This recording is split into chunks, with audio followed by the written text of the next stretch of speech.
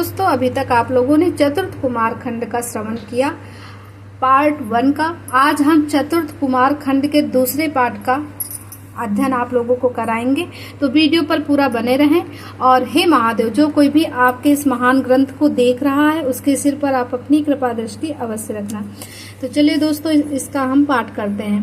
तब महाबली तारकासुर बहुत बड़ी सेना के साथ देवताओं से युद्ध करने के लिए वेग पूर्वक आगे बढ़ा।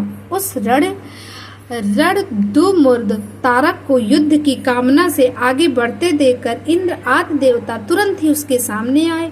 फिर तो दोनों सेनाओं में महान कोलाहल होने लगा।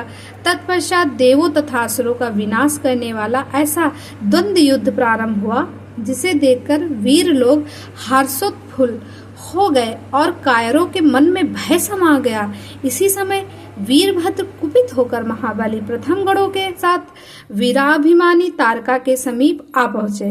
वे बलवान गणनायक भगवान शिव के कोप से उत्पन्न हुए थे, अतः समस्त देवताओं को पीछे करके युद्ध की अभिलाषा से तारका के सम्मुख डट गए।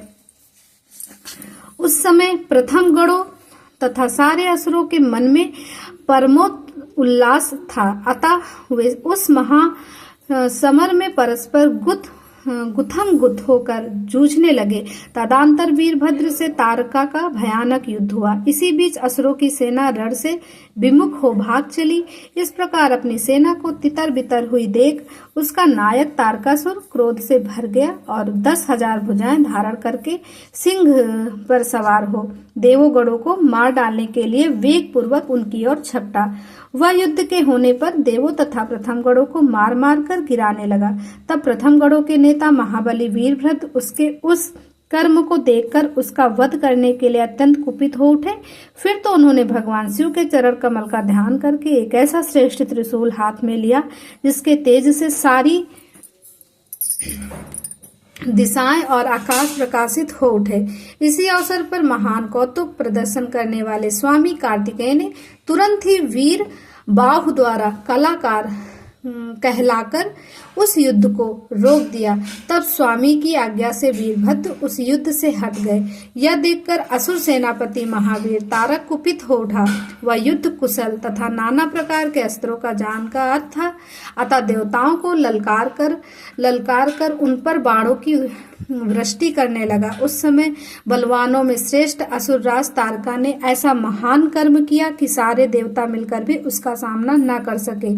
उन भयभीत देवताओं को यो पिटते हुए देखकर भगवान अच्युत को क्रोध आया और वे शीघ्र ही युद्ध करने के लिए तैयार हो गए। उन भगवान श्री हरि ने अपने अयुद्ध सुदर्शन चक्र और स्वर्ण धनुष को लेकर युद्ध स्थल में महादैत्य तारक पर आक्रमण किया। मुने तदंतर सबके देखते देखते श्रीहरि और तारकासुर में अत्यंत भयंकर एवं रोमांचकारी महायुद्ध छिड़ गया।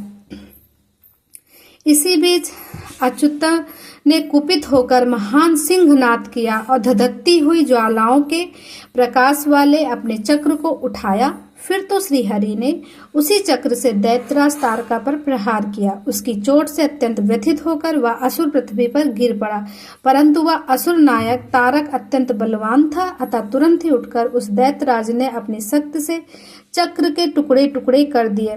मुने भगवान विष्णु और तारकासुर दोनों बलवान थे और दोनों में आगाध बल था, अतः युद्ध स्थल में वे परस्पर जूझने लगे।